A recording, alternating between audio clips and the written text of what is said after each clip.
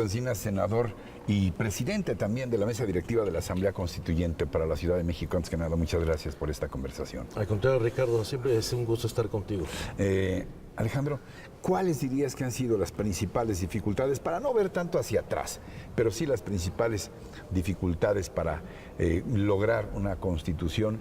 ¿En qué momento nos encontramos ahora y la perspectiva? Pues ya que el tiempo apremia para la semana siguiente. Dos fundamentalmente. Una, dificultades que han derivado de la falta de previsión para generar todas las condiciones logísticas y de recursos para integrar todo el desempeño del trabajo del constituyente.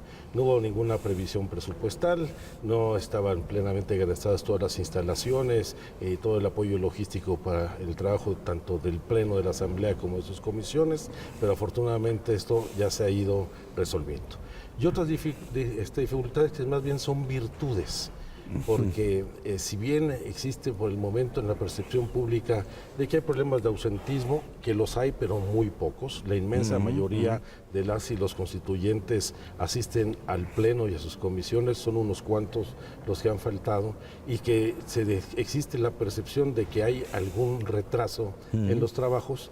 Lo cierto es que esto deriva de un proceso virtuoso, porque no solamente se está discutiendo el proyecto de Constitución que presentó el jefe de gobierno, elaborado por un grupo plural e interdisciplinario, sino que se están discutiendo más de 1.400 iniciativas, porque no solamente son las presentadas por las integrantes y los integrantes de la Asamblea Constituyente, que andan en números redondos un poco arriba de 500 iniciativas, y las de los ciudadanos, que están arriba de las 900, más de 1.400 iniciativas se están discutiendo. ¿Les dará tiempo? Sí, sí habrá tiempo.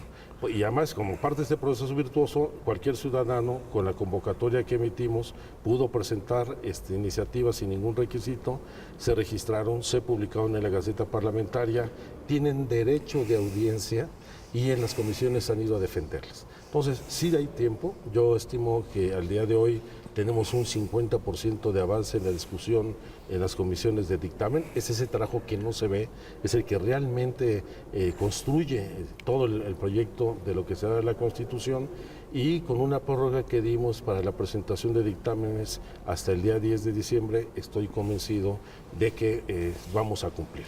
Quizá nos vamos a tardar un poquito más en lo que es el dictamen vinculado con la Comisión de Pueblos y Barrios Originarios y Comunidades Indígenas Residentes, porque vamos a implementar un instrumento novedoso, que es el de la consulta a los pueblos y las comunidades.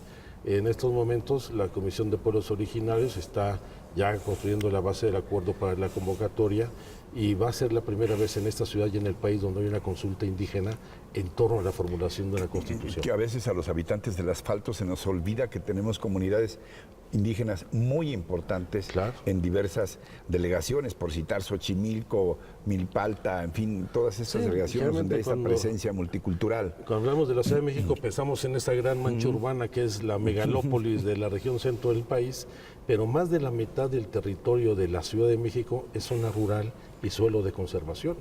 E incluso poca gente sabe que somos el principal productor de nopal del país, que aquí se produce papa, se produce trigo, se produce avena, se produce flores. En mis primeras entrevistas contigo estabas a cargo precisamente de toda esta situación ambiental, y conoces muy bien este tema. Lo que muchos nos preguntamos es si en una ciudad tan progresista como esta va a haber todavía más avances en materias fundamentales de derechos humanos, las mujeres, su derecho a decidir, los matrimonios entre personas del mismo sexo, o pudiera ser que en la discusión haya riesgos no solamente de no avanzar más, sino de que haya retrocesos. Yo veo difícil que haya retrocesos, no solamente porque para que pueda aprobarse cada uno de los artículos de la Constitución se requiere las 2/3 partes de total de integrantes de la Asamblea Constituyente.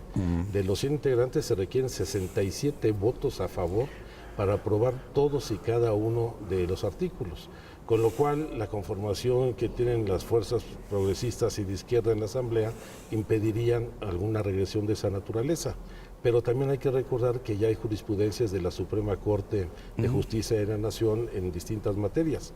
Por ejemplo, en el matrimonio igualitario, Hay 10 entidades de la República que ya lo tienen establecido y la Corte ha otorgado amparos a parejas del mismo sexo para que puedan casarse en entidades donde no está permitido. Y además, cuando vino la discusión sobre el uso recreativo o medicinal de la marihuana en la Corte, estableció un principio fundamental de los derechos humanos, que es el libre desarrollo de la personalidad, que ya está consagrado desde la reforma al artículo 1 constitucional en el 2011, cuando se elevaron a rango constitucional todos los derechos humanos, que viene como parte fundamental de este proyecto y que será el eje rector, porque nadie en esta ciudad, en este país, ni en un lugar del mundo, tiene el derecho de imponerle a otra persona su forma de pensar, sus hábitos, sus costumbres, y hay que evitar tu injerencia indebida del Estado o de cualquier otro poder fáctico o de otra persona. Pero yo creo que no va a haber ninguna reacción y va a haber avances. Yo creo que uno muy importante va a ser elevar a rango constitucional el derecho a la ciudad. Más allá de retomar... A ver, ¿qué es el derecho a la ciudad? ¿Por qué el derecho a la ciudad? Pues ya estamos aquí. Sí, pero no gozamos del usufructo ni el aprovechamiento de la ciudad en las mismas condiciones, todos quienes las habitan o quienes residen, transitan... ¿A qué te refieres?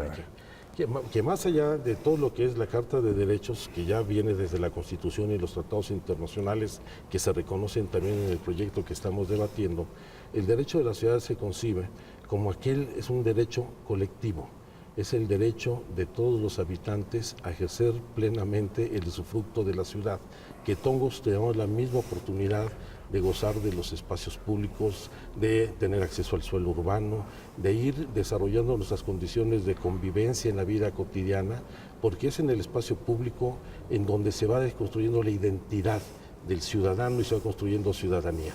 Hay que entender que la ciudad no son las autoridades, no son los partidos, no son las calles, no son las banquetas, la ciudad es su gente. Quienes nacieron, quienes viven, quienes transitan, quienes migran a esta ciudad y quienes desarrollan en esta ciudad un sentido de pertenencia e identidad como ciudadanos. Esta ciudad tan compleja, a veces tan difícil, pero siempre apasionante, siempre entrañable, tiene como en ningún otro lugar de la República una diversidad impresionante. En esta misma asamblea, donde estamos ahora, esta asamblea legislativa del Distrito Federal, ahora Ciudad de México, hay 10 partidos políticos. Ni en el Congreso Federal hay tantos partidos representados aquí. Sí. ¿Podemos confiar en que vamos a tener una constitución, sí, producto de esa diversidad, pero que también nos dé rumbo a esta Ciudad de México, este conglomerado humano? Tú hablabas de lo humano. En un entorno difícil, Alejandro, para el país, económicamente, políticamente también. Y más en las nuevas circunstancias. Ahora con las amenazas del señor Trump. Y que implicarán no solamente un cambio en la relación bilateral entre México y Estados Unidos, sino yo estoy convencido que es el inicio del fin de un ciclo del neoliberalismo y esto implicará un nuevo orden mundial. Y para eso México tendrá que prepararse para algo que abandonó durante mucho tiempo, para recuperar el mercado interno, para dar prioridades al desarrollo nacional, a replantear toda la estrategia de desarrollo económico. Y por supuesto que la Constitución tiene que responder a esa coyuntura y a la pluralidad y diversidad que existe, donde la pluralidad no se limita al número de partidos existentes. La ciudad es más diversa que sus partidos. Esta es una ciudad multicultural, es una sociedad plurilingüística. En esta ciudad se hablan distintas lenguas indígenas. Tenemos más de 100 escuelas donde están clases en náhuatl y aquí no se tiene conocimiento de ello. Es la ciudad donde más población indígena reside en el país, más que muchas de las entidades que tienen una muy importante, una característica especial en cuanto a pueblos originarios. Y por cierto, tiene que ser por eso el eje rector de la Constitución, la ciudad, los derechos de sus habitantes y el ciudadano. Deben ser los ciudadanos, no las instituciones públicas, no los partidos. Esos son instrumentos para que los ciudadanos ejerzan su derecho a tener la posibilidad de una vida digna y de progresar en esta ciudad. Alejandro Encinas, no quiero pedirte una conclusión optimista a ultranza, pero ¿qué le dirías finalmente a quienes nos están viendo y escuchando y que se cuestionan por qué nos hace falta una constitución en la Ciudad de México y qué podríamos esperar los habitantes de esta ciudad de una constitución como la que están construyendo actualmente. ¿Algún mensaje final, algo que no te haya yo preguntado? Yo creo que por muchas razones necesitamos una constitución, no solamente por superar este debate que tiene cerca de 2 siglos sobre la autonomía de la ciudad siendo capital y sede de los poderes federales, sino fundamentalmente porque las formas de gobierno que se iniciaron en 1997 con la elección de jefe de gobierno, en el 2000 con la elección de jefes delegacionales, se agotó muy rápidamente. Y se agotó, ¿por qué? Porque esta ciudad, a pesar de las limitaciones jurídicas en las que se rigió muchos años, pues conquistó más derechos y libertades que cualquier otra entidad federativa. Y necesitamos nuevas modalidades de gobierno para tener otros vínculos con la sociedad, pero fundamentalmente para que los ciudadanos hagan suyos los asuntos públicos y el destino de esta ciudad. Alejandro Encinas, presidente de la mesa directiva de la Asamblea Constituyente de la Ciudad de México, gracias por esta conversación y estaremos todos ansiosos a que llegue febrero para conocer lo que será esta Constitución de la Ciudad de México. Hay que ser optimistas, va a haber Constitución. Yo estoy confiado en la inteligencia, en la voluntad y el sentido común de quienes estamos en la Asamblea Constituyente. Alejandro, gracias. Gracias, Ricardo. Y gracias a ustedes también por su atención, por su compañía, pero sobre todo lo que más aprecio, su confianza en este espacio. Yo los espero la próxima semana en otro Reporte 13. Hasta entonces, hasta siempre. Gracias de nuevo, Alejandro.